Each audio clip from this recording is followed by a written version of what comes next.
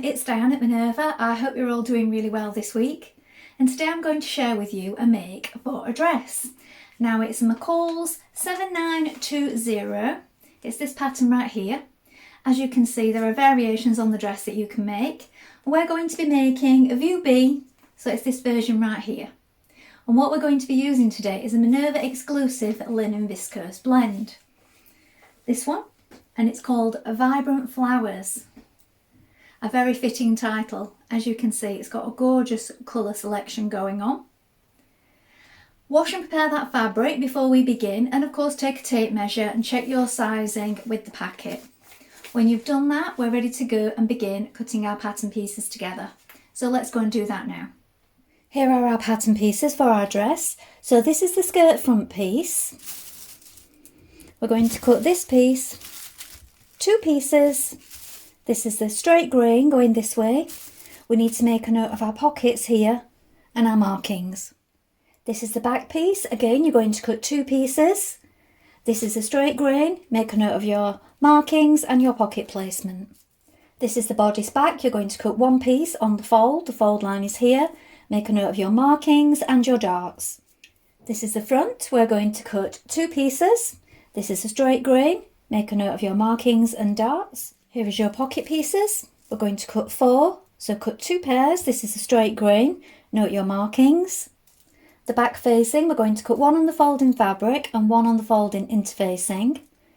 And your front facings, we're going to cut two in fabric and two in interfacing. Note your markings.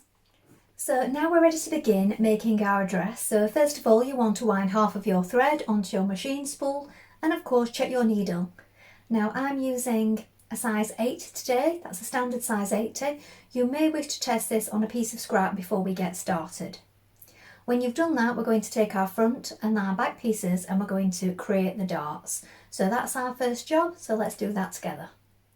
Here is one of my front pieces. So I have my darts marked. So I have notches at the bottom here, and then I have the pin to note the top of the point that I'm working towards. So we're going to pinch it together from the wrong side. We're working in a gradual V towards this point here. We're going to come off gradually and let our threads run free.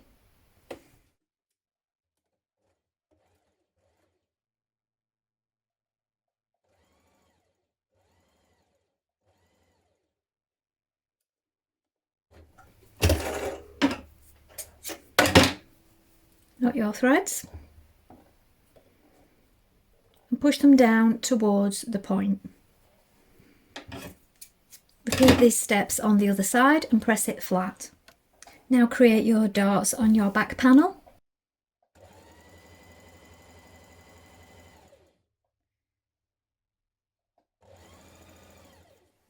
Next, take your front pieces and pin them right sides facing to your back pieces like this. We're going to stitch this shoulder seam with a 1.5 centimetre seam allowance. Then when we've done that, we're going to pin the underarm seam like this, matching the notches, and stitch this seam in place also.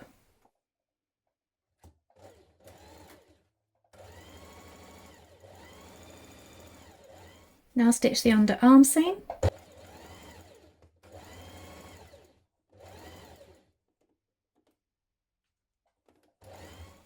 Now with right sides facing, pin your two back skirt panels together. At the centre back seam, we're now going to stitch this seam in place with a 1.5 centimetre seam allowance.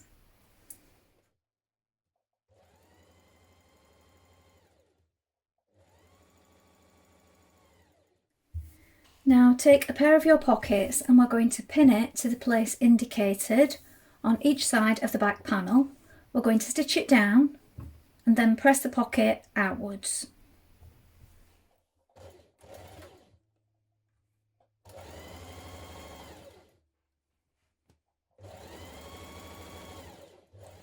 Then pin the other pair of pocket pieces to your sides of your front panels like this at the places indicated and stitch in position.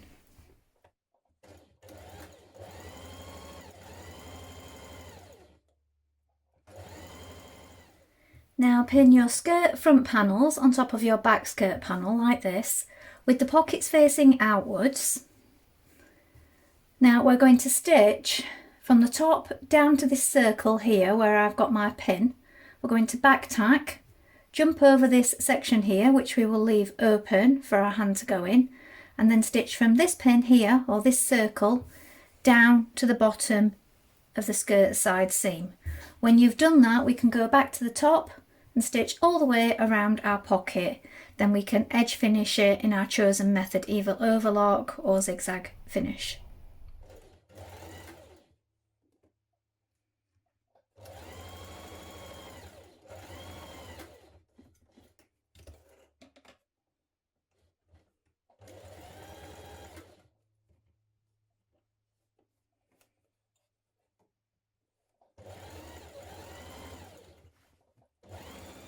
Now it does say in the pattern that once you have your pocket stitched together, press it to the front like this and then top stitch, so baste it and then top stitch around the edge of the pocket.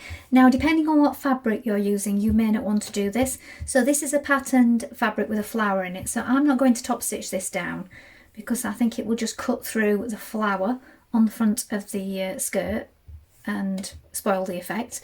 So I'm just going to stitch it along the top here just to keep it in place, and the pockets will just hang free on the inside, as they do in many skirts anyway. So do that if you wish at this point. If you're using a plain fabric, that could be a nice feature. When you've done that, we're going to take our bodice and we're going to pin it to our skirt panels with right sides facing. Now find the centre back of your back bodice by folding it in half like this and making a small marking with either a pin, chalk or a notch. Then when you've done that, right sides facing, we're going to place it on our skirt panel. So we have that centre back seam, so we just need to line up that marking with the centre back seam.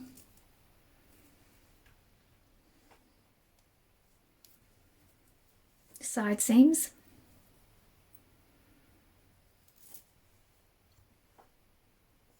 And finish pinning it the rest of the way. Now stitch your bodice to your skirt. This is a 1.5 centimetre seam allowance, but when you finish this, do another seam directly inside of it, a couple of millimetres away, just for reinforcement.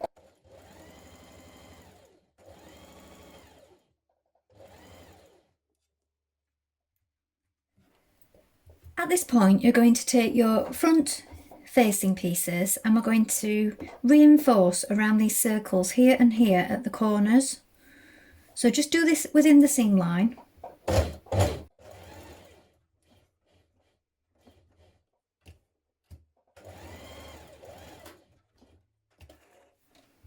Now we're going to join our front facings to our back neck facing at this point. So lay it out so you can make sure you've got it the right way. We're going to join it at the seam on either side and then press that seam open and flat.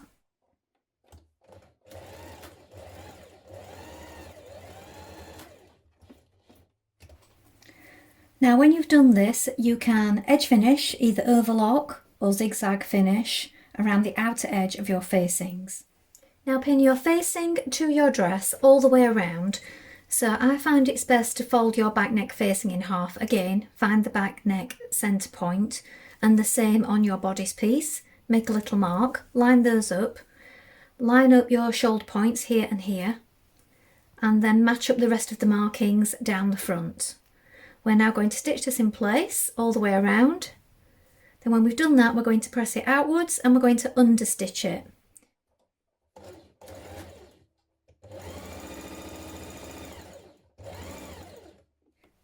Now we're going to understitch our facing. So you want your seam pressed towards the facing like this. Then we're going to stitch on the inside on this facing part about 2 millimeters away from this seam line here, and this will keep your seam and your facing to the inside, so it's to stop it rolling out. We are going to be doing some top stitching on this one, but if you wanted to leave that out, this is a good way to keep your face side lying flat on the inside.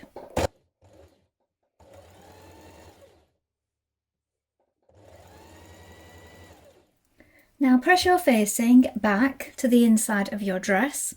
Then at the bottom, we're going to turn it back like this against itself, so right sides together.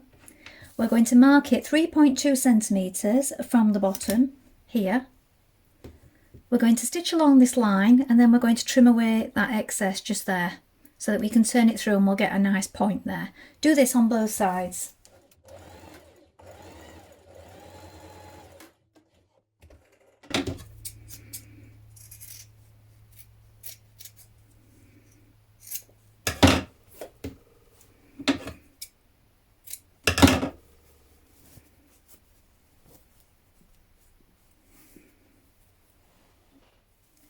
Now when you've done that, we can edge finish the bottom of our dress, ready for turning up the hem. Alternatively, you could do a double fold hem like this.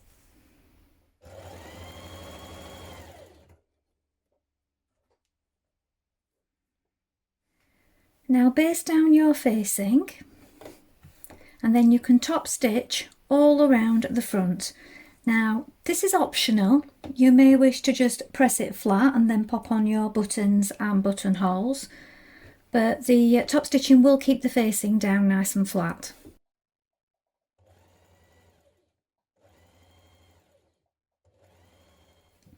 Now turn up your hem on your sleeve, give it a press or pin if you wish, and then stitch it in place. So you could do an overlock and just do it singular if you wish, but I'm doing mine as a double fold. I just think it looks a little neater if it's a double fold on the sleeve.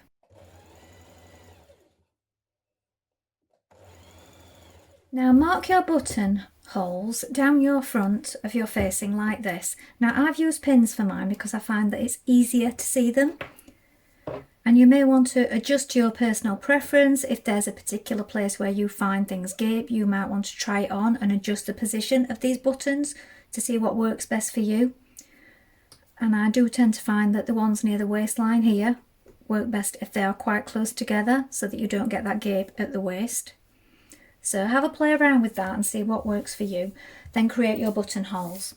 Now with your buttonholes in place, lap your front over like this. Position your button. So what I do is I place a pin there. Make sure that these 2 points line up. And then we're going to stitch our button in position. When we've done this, we're going to button that one up before moving on to the next one. I just find that this helps with keeping them lined up.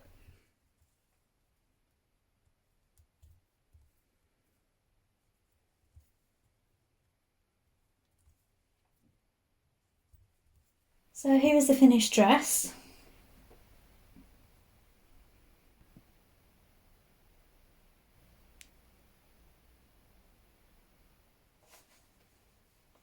Well, I hope you've enjoyed sewing along with me today. Please let us know in the comments below if you've made this pattern before, and remember to include any photographs because we love to see them.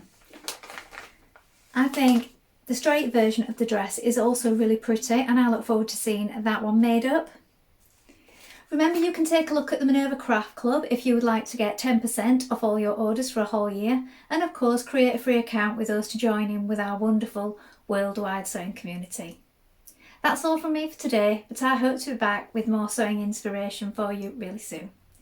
Thank you for watching. Bye for now.